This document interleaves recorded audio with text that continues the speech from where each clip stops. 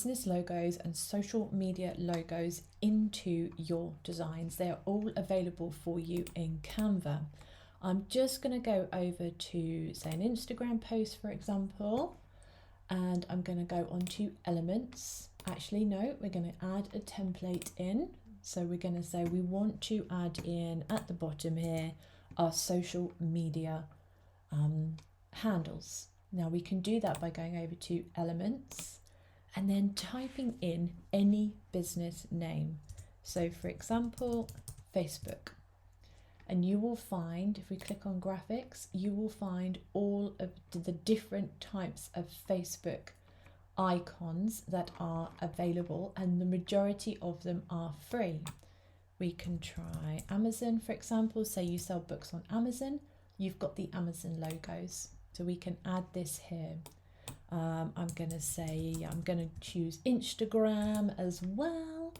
We're going to say we'll add an Instagram onto our design. We've got Instagram, we've got Amazon.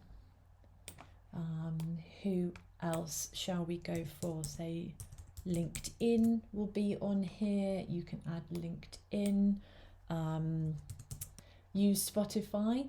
A lot of these are free, as I mentioned.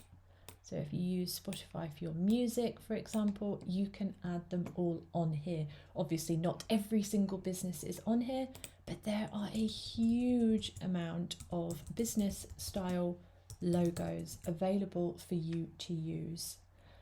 Just type in business logos. We've got Google here, that's a free one for you to use. There's WhatsApp, that's free for you to use.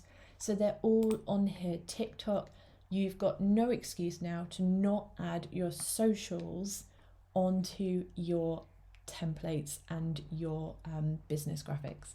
So there we go. That's a super quick video today on being able to actually add your businesses and socials that you use onto your Canva designs.